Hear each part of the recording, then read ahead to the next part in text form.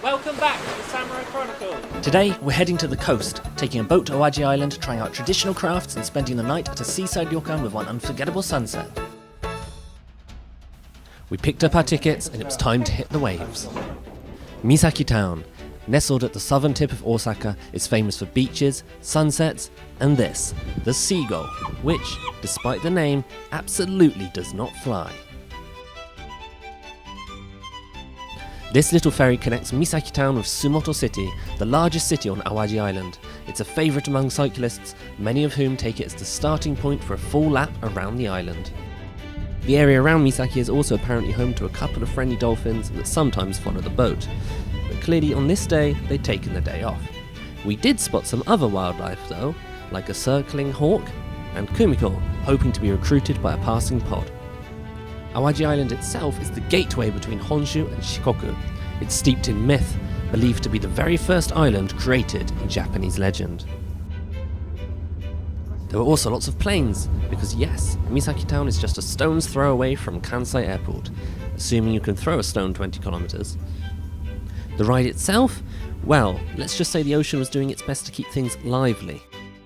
This was very windy, wasn't it? Whoa. It was a good thing the boat wasn't serving soup. But the skies cleared, the sea calmed, and the view opened right up. On a good day, you can see all the way to Kobe, tucked in the distance across the bay. About 40 minutes after setting off, we were closing in on Sumoto City, the seaside capital of Awaji Island, and ready to start our next adventure.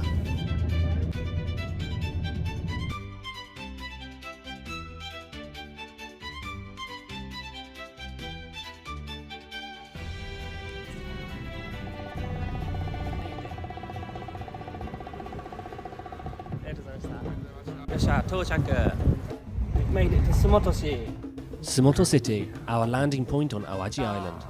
A small port city tucked between mountains and sea, known for fishing boats, castle walls, and a few surprises.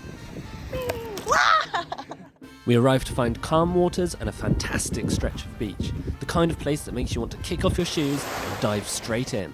With soft yellow sands and crystalline waters lapping at the shore, it's the kind of beach that makes you forget you came to film. And keeping watch over it all, perched high above the shoreline, is Sumoto Castle.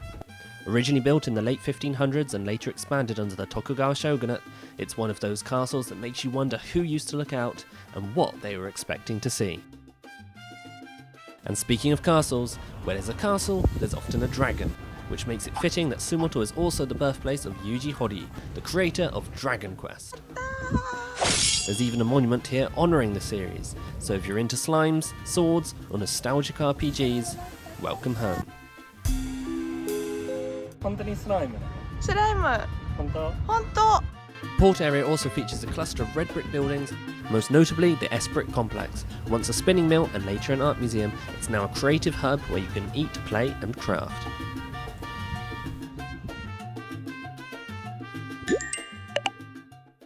We hopped into a tourist taxi and made our way toward Wellness Park Goshiki, a hilltop park known for flowers, fresh air, and a little something cultural we'll get into in a minute.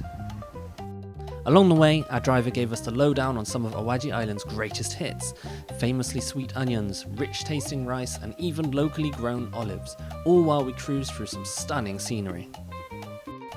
Before we knew it, we'd arrived. Perched just above the coastline, the park greeted us with rows of blooming flowers and that unmistakable sense of countryside calm.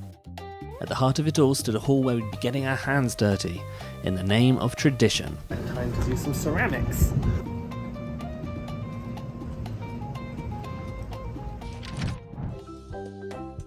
We'd come to try our hand at a craft that keeps Japan's temples standing tall, sculpting with the very clay used for kawara roof tiles, the kind that famously last over 100 years. What makes these special is their distinct silver shine once fired, a signature of Awaji's tiles, and not something you'll find just anywhere.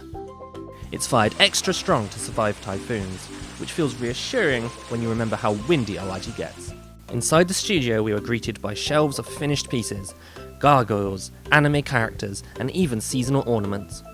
Frankly, they were so good my pulse spiked. How on earth am I supposed to compete with that? First, a crash course. Tools, techniques, and a polite reminder not to eat the clay. I chose a pre-shaped blank template, something sensible to customize. Kumiko, Naturally, ignored templates and went full free-range artist. Then the fun. Pressing stamps, carving lines, and generally pretending I knew what I was doing. I went nautical. Fish, waves, the whole seaside motif. Kumiko, she produced what looked like a cross between a coral reef and a naval mine. Apparently, it's meant to hold her phone. Practical and avant-garde. 土の美しさを全面に表現しました。 The end result, two very different souvenirs, each made from the same clay that crowns centuries-old shrines. A hands-on way to connect with Japanese heritage and take a little piece of it home with you. どうだった？いやーもうなんか土いいよね。土を石に戻した感じがした。めっちゃ嬉しそうやった。久美子。楽しいね。じゃあ今からは何？レンタサイクル。レンタサイクルとフィッシュバーガー。美味しいね、お腹すいた。 All that clay work had worked up quite an appetite, and no stranger to the joys of countryside cycling, we grabbed a pair of electric-assisted bikes and set off into the wild. Or at least, we tried to. Turns out, getting into Wellness Park is easier than getting out. 絶対にここじゃないね。Eventually, after what can only be described as a scenic detour, we found the road and were on our way. Our destination? Lunch, and not just any lunch. Today's menu featured the legendary The fish smell burger. Let's go. And no, I won't be trying to say that 10 times fast.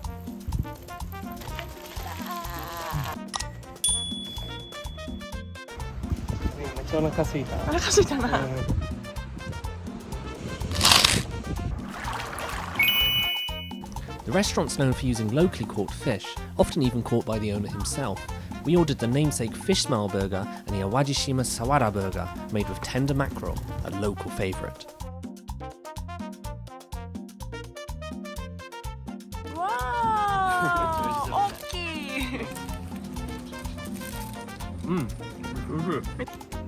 やばい。もうはみ出てる。 Both were genuinely delicious. So good, in fact, I found myself tempted to keep both myself. Fortunately for Kumiko, I resisted. スマイルがついちゃう。 They also serve a range of different drinks, including the Awajishima beer, a perfect pairing if you're not planning to cycle up a hill straight after. Fully refueled from Fish Smell Burger, we hit the road again and stopped off to pick up a couple of local omiyage. For this, we went to Sumoto Liner to buy sweet red bean treats we'd be saving for later. Buying souvenirs like these is one of the best parts of travelling in Japan. Every region has its own flavour. One of the real charms of being on an island is the sea, and here on Awaji, you're never far from it.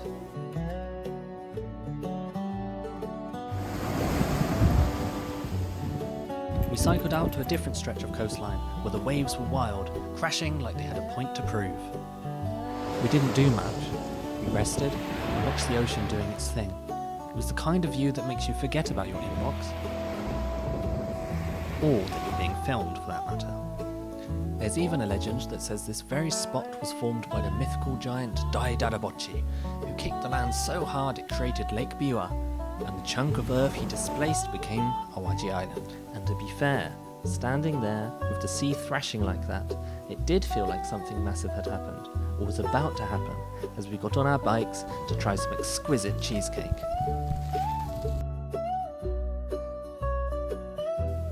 We made a quick stop at Daioka Coffee, a locally loved cafe overlooking the harbour. Basque cheesecake, a delicate pudding topped with a butterfly, and something I'd never tried before, an espresso tonic where caffeine meets carbonation. Our desserts were unreal, rich, smooth, and entirely too easy to finish. This place wasn't just tasty, it was peaceful, one of those cafes you could accidentally stay in for hours.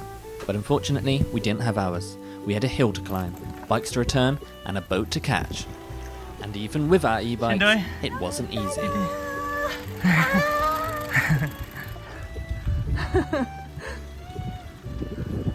サイクリングできたね。できた。電動アシストじゃなかったらすごい大変だね。筋肉痛になりそう。なりそう。 To help us get back to our boat, we used buSmo, Awaji Island's local bus app. It makes it easy to see how, where, and when to go. And yes, it's available in English too. After a short bus ride, we were back at the port, tickets in hand and ready to return to Misaki Town. We boarded the boat one last time, this time with fewer waves and more reflection. As we pulled away from Awaji, the sun began to dip, a quiet farewell to a packed day. We were back in Misaki. The boat slid gently into port and we stepped ashore. We took a train to Tanawa station where we were picked up and taken to our accommodation for the night, a renowned seaside ryokan known for its traditional Japanese design and stunning views over the ocean. Our home for the night was Yuhi no Yado Ryugukan, a ryokan that's been welcoming guests since 1904. Perched on a hill overlooking the sea, it's a place made for slowing down, where just being there makes you reflect. The ryokan has a traditional Japanese aesthetic, with a peaceful garden and koi pond to welcome you in. It's especially popular as a place to watch the sunset over the Pacific, and we could see why. Many of the rooms have a small engawa, a veranda space where you can sip tea while looking out at the sea. We watched planes coming in toward Kansai Airport, and birds gliding across the sky, while the light slowly changed over the water. It was the perfect moment to pause before one of the highlights of any ryokan stay: dinner. One of the best parts of staying in a ryokan is dinner. It's delivered right to your room, letting you enjoy the atmosphere and privacy while you eat. A full seasonal meal appearing at your table. And like the start of any meal, it's better with beer. Not essential, just strongly recommended. And Kumiko seems to agree. Dozens of small dishes, each with their own colours, textures and flavours. It's like unwrapping a series of edible gifts. Tonight's highlight was the konabe, a personal hot pot we lit ourselves. Inside, sea bream and tofu were gently simmering while the broth picked up all the flavours. Osaka's famous for its dashi, and this hot pot proved why. We also had crisp tempura, including eggplant, shishito pepper, and even whole fried fish bones. They were perfectly crunchy and tasted great with the dipping sauce. There was sashimi too, beautifully arranged and drizzled with a sharp mustard miso sauce that caught me off guard in the best way. Sashimi is one of those deceptively simple things. It's just raw fish until you realise just how good it can be. And today's portion even had us doing a little jig. Grilled fish, a delicate savoury egg custard known as chawanmushi, and simmered seasonal vegetables rounded off the spread, each dish reflecting the best of the region and the season. It's the kind of meal that makes you slow down and just be there. The perfect end to a day on the coast. The next morning, after a fantastic night's sleep, we woke up to a wonderful breakfast. A traditional Japanese breakfast with miso soup, rice, fish and tamagoyaki, the perfect start to our day. Back in the UK, rice and fish aren't exactly breakfast staples, but here they're the perfect nutritious start to our day. And tamagoyaki, think of it as Japan's answer to scrambled eggs. With breakfast out of the way, it was time to get moving and continue our adventure. Time to get out the door and see what the day had in store.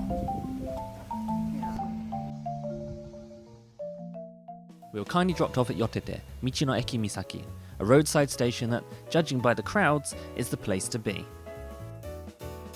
Part supermarket and part viewpoint, it's packed with people stocking up on fresh produce, local snacks, and everything in between. The real highlight of places like this is how they feel like a peek into everyday Japanese life. You'll find drinks you've never seen back home, the juiciest looking watermelons, tomatoes, rows of onions, and super sweet strawberries, all produced nearby by local people. Fish, vegetables, pickles, sweets, exploring a market like this, especially with the distant sea view outside, is honestly a must-do in Japan if you want a window into local produce, local people, and local life. Naturally, we didn't leave empty-handed. We picked up omiyage, souvenir snacks to enjoy later by the sea, sukigesho, a soft manju cake made just next door in Hannan City, and some homemade tempura to take home.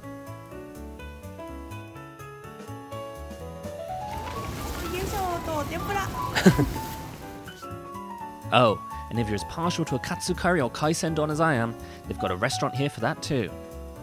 Another highlight at this Michino Eki, the vending machines, or jihanki as they're called here. Vending machine culture is huge in Japan, and exploring them is honestly one of the most fun things you can do when you visit. There's an endless variety of drinks just waiting to be tried. And it's not just cold drinks either. They've got machines that actually make your drink fresh and piping hot, letting you choose your preferred sweetness before delivering it like a mini barista in a box. We went for some hot coffee, which even came with a lid. You can probably tell by my face here, it was very hot. And if that isn't novel enough for you, they even have vending machines that dispense frozen meat, and another that serves up croquettes.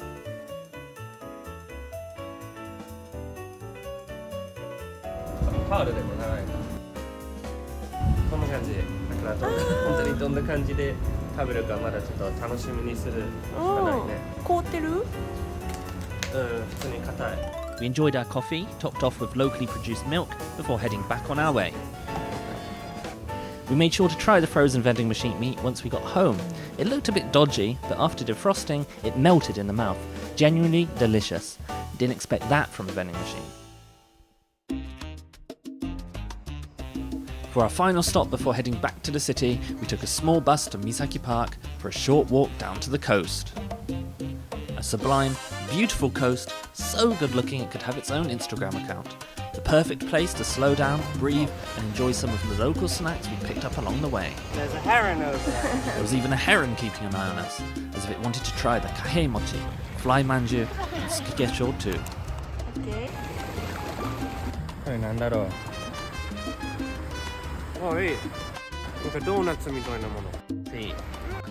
Omiyage by the sea. The kahei mochi and fly manju are both delicious, and skigesho was the cherry on top for any sweet tooth. Here we enjoyed one last moment up close with nature before returning to the busy streets of Osaka, watching jellyfish drifting in the water as the coastline buzzed with life. And well, apparently so much nature got the crab out of me. It seemed like the perfect place for a bit of shiko stomping, you know, for reasons.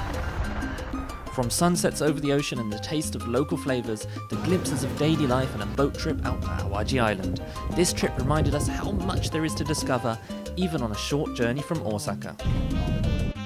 And with that, it was time to pack up, hop on the train, and head back to Osaka, carrying a bit of the coast with us.